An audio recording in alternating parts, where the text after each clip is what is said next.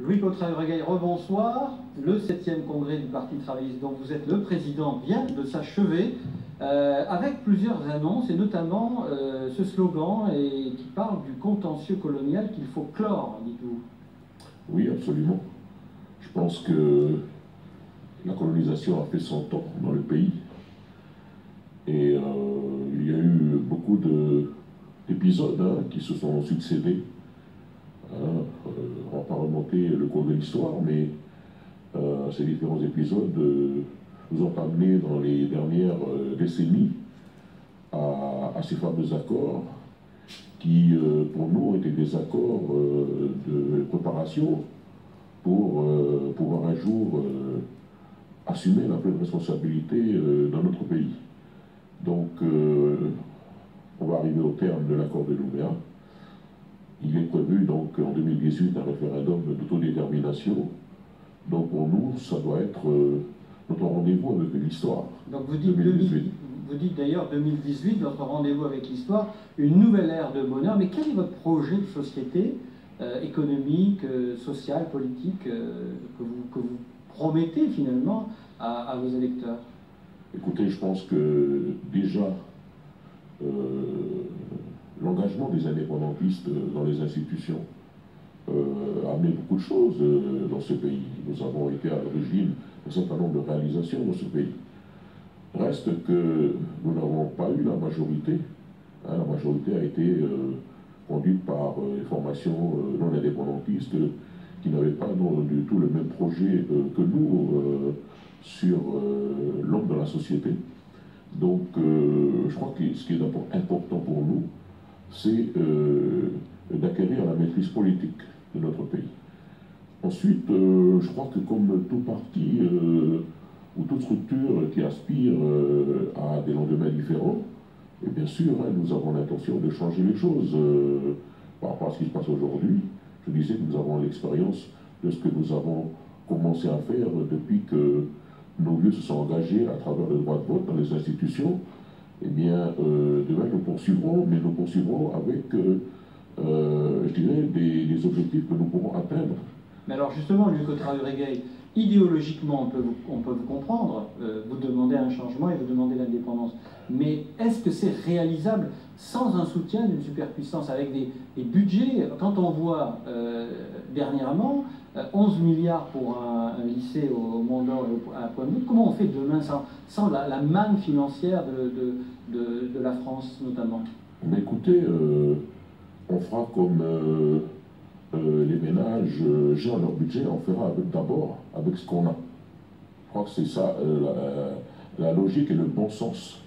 Vous croyez que les gens sont prêts à vous suivre parce qu'il y aura toujours des nantis dans cette affaire. Il y aura toujours des gens qui auront de l'argent pour s'en sortir. Il y en a d'autres qui risquent de rester justement ce que vous ne voulez pas, au bord de la route. Bien sûr, mais aujourd'hui nous ne pouvons pas rien faire. C'est pas nous qui avons la maîtrise des institutions de notre pays. Et notre projet, c'est effectivement de changer les choses, de changer la société. Et nous nous sommes préparés à ça. Donc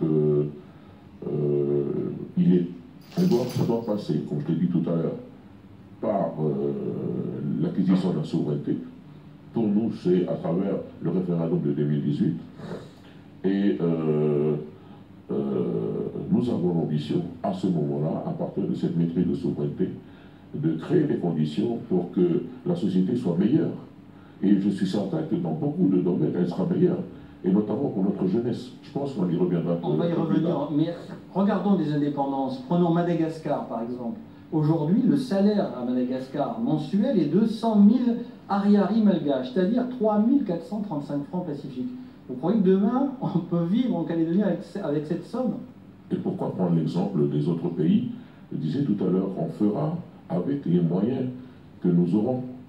Et contrairement à beaucoup d'autres pays qui sont déjà indépendants, je pense que notre pays a d'énormes capacités et a des ressources naturelles qui feront que demain on sera en mesure... Madagascar a beaucoup de ressources naturelles. De proposer un certain nombre de choses, oui. Mais peut-être que c'est là la leçon aussi à tirer, c'est que la période coloniale a été très dure pour Madagascar. Et c'est pour ça qu'il ne faut pas trop prolonger cette situation. Il est temps d'en sortir, et c'est en tout cas notre volonté à nous. Alors j'ai entendu votre discours lors de ce 7e congrès. Vous dites, bon, on parle de la sortie de l'accord, scrutin d'autodétermination, vous dites, pas une condition, l'inscription automatique de tous les Kanaks, sinon on n'ira pas à ce référendum bidon, vous dites ça. Hein? Alors ça c'est le fait nouveau, ça, de dire que l'inscription automatique est aujourd'hui pour nous une condition de participation. Mais souvenez-vous, le 1er mai au soir, vous m'avez invité sur ce même plateau, je vous disais déjà à ce moment-là que pour nous, un scrutin d'autodétermination doit concerner avant tout les peuples colonisés. Ici, c'est le peuple kanak qui est colonisé, ici depuis 1853. Donc, pour nous, l'inscription automatique, elle n'est qu'une simple logique. C'est la logique de la situation coloniale. Et imaginez que demain, il y ait ces 25 000 Kanaks qui ne sont pas inscrits sur la liste pour le référendum d'autodétermination. Vous pensez que c'est normal qu'un quart de la population kanak en âge de voter ne puisse pas participer au vote pour déterminer son avenir? C'est inconcevable. Mais 25... Alors, si vous permettez, je souhaiterais finir là-dessus.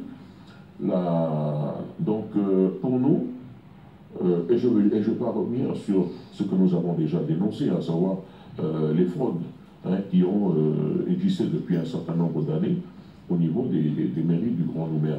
Mais la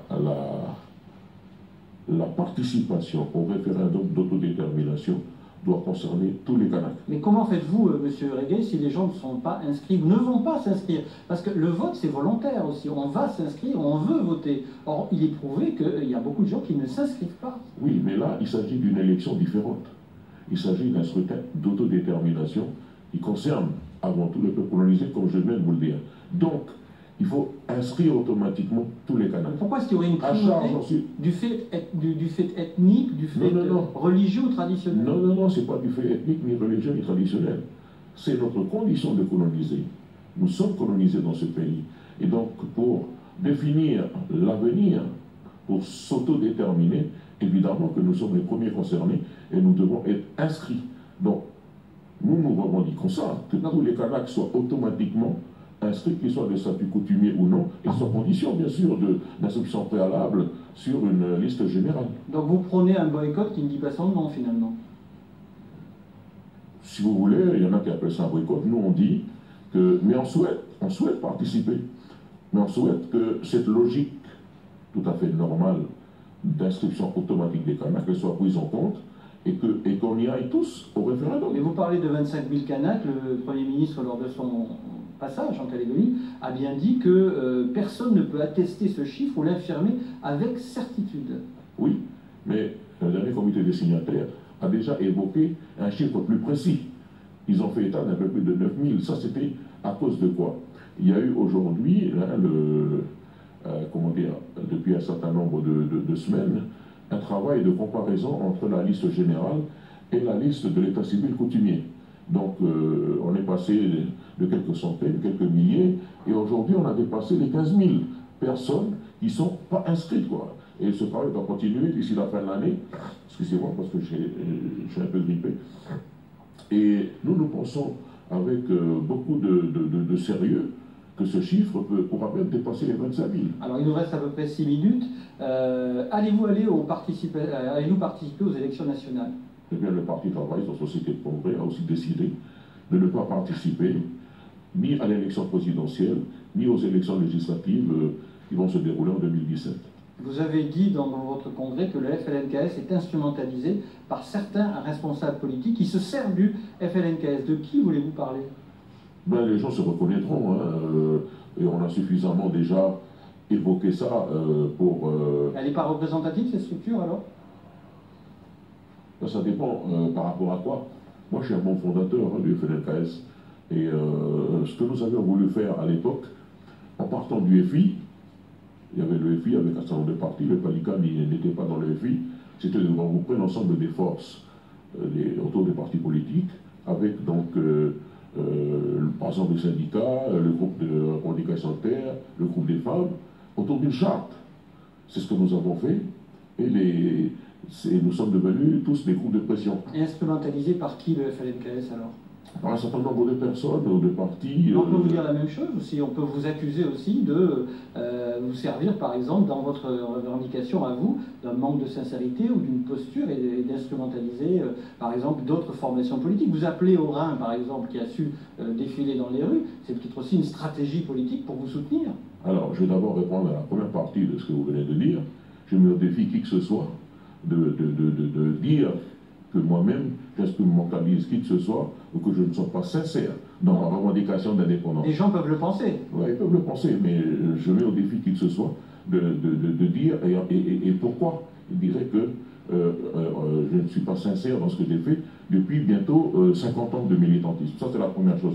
La deuxième chose, le Rhin, et nous avons consacré une motion donc, à ce rassemblement des indépendantistes et nationalistes.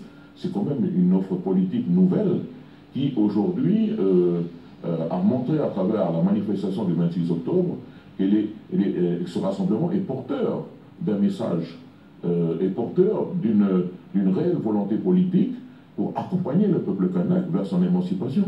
Si les gens ont répondu aussi nombreux... Et est-ce qu'elle peut vous servir, à vous, d'appoint pour justement aller aux élections? Mais tout dépendra des conditions demain. Pourquoi pas ne pas se retrouver aussi avec les partis que compose aujourd'hui le FLNKS.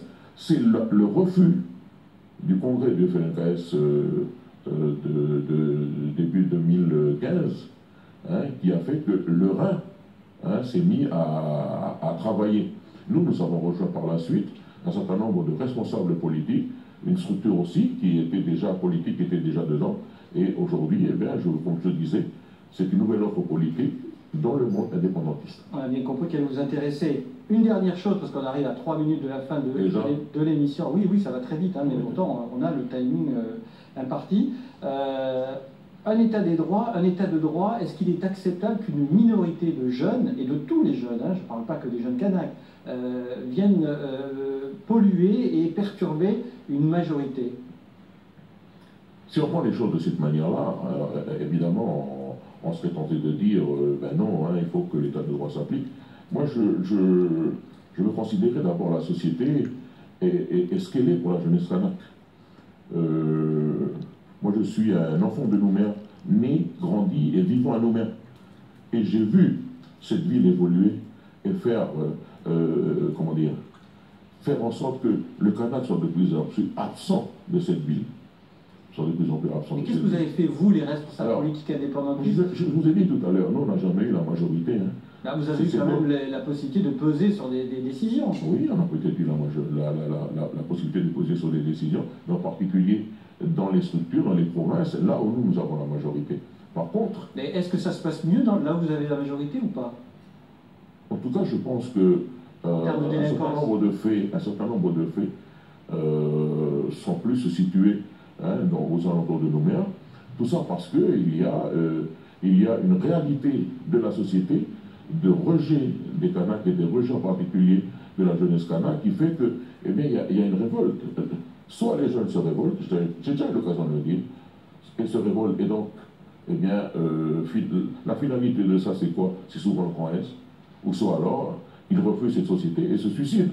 Et ça, c'est inacceptable. Est-ce que vous avez un discours de concorde, pour ne pas aller vers la discorde, justement, vous, en tant que responsable politique?